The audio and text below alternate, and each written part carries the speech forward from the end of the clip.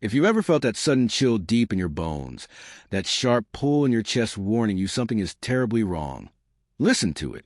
Don't brush it aside the way I once did. The last time I ignored that gut-deep instinct, it tore apart everything I believed about my marriage. That single night unraveled the thread of my life, leaving me in a place I never thought I'd stand. Let me take you back to the night when it all began to break.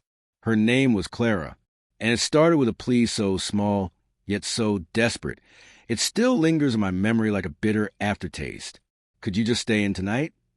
I asked softly, unease heavy in my voice, though I couldn't explain why. Clara didn't even glance up from the mirror where she was fixing her lipstick.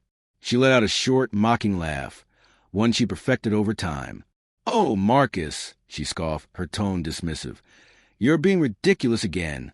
You always get like this." She grabbed her purse, keys already in hand, and swept past me. Outside, her friend's impatient honk pierced the night air. Her perfume lingered in the room, sharp, floral, taunting. And just like that, she was gone. But that night felt different. Her empty reassurances no longer calmed me. Deep inside, something twisted tighter, a knot I couldn't untangle. A warning this wasn't just another night out. This was the beginning of the end.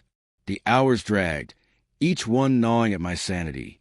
I tried to distract myself, scrolling aimlessly on my phone, flipping through channels I wasn't watching, pacing the house like an animal in a cage. Midnight passed, then 1 a.m., then 2. I sent her a message, "Are you okay?" No reply. My chest constricted as my thoughts spiraled. I replayed the last few months, the late nights, the secretive texts she kept out of sight, the bursts of laughter at private jokes I no longer understood. The time she came home smelling of a cologne I didn't recognize. Her tousled hair, her distant eyes. Whenever I confronted her, she'd deflect. "You're paranoid. I just need space. You're suffocating me." But all I ever wanted was to hold on to the woman I felt slipping away. By 3 a.m., something in me shifted. It wasn't anger, it was clarity. Cold, steady clarity.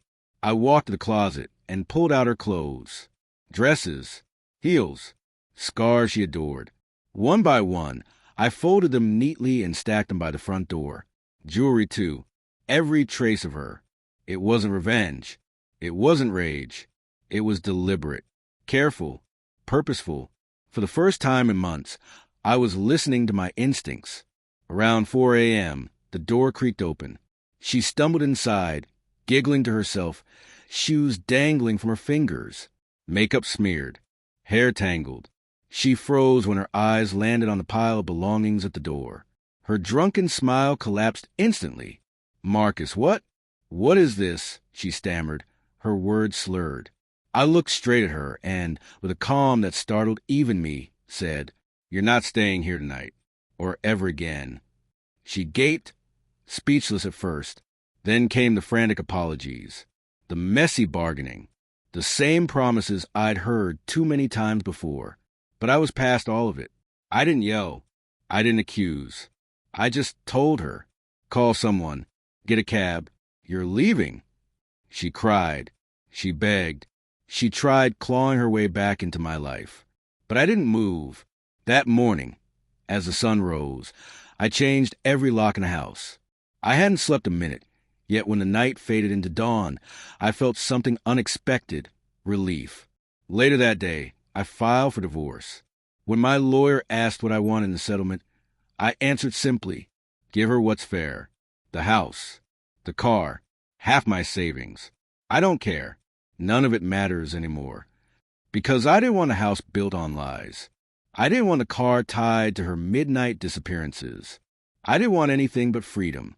At first, the silence in the house was crushing. Every room echoed with her absence. But slowly, that silence began to soothe me. I started sleeping through the night again. I picked up old hobbies I'd abandoned. I reconnected with friends I'd let drift away. I walked for miles just to feel the air on my face. I read books that had sat untouched for years. I cooked for myself, and the quiet no longer felt lonely. It felt like peace. Months later, I bumped into a mutual friend. He mentioned seeing Claire at a bar, clinging to some new guy. He asked if I wanted to hear more. I just laughed, shook my head, and said, "No need." For the first time in years, I grinned because she was no longer my concern. And in that moment, I knew I was finally free. Looking back, I wish I'd trusted that inner voice sooner. I wish I'd realized that sometimes the hardest step, walking away, is also the bravest. That night when I asked her to stay, I wasn't pleading with her. I was pleading with myself, begging to stop suffering, to stop pretending, to stop giving myself to someone who had already left me long before. If you ever feel that undeniable knot in your stomach, don't ignore it. Don't wait until your whole world collapses. Sometimes the strongest thing you can do is trust your instincts and walk away. Because the night I finally let go turned out to be the first night of life I should have been living all along.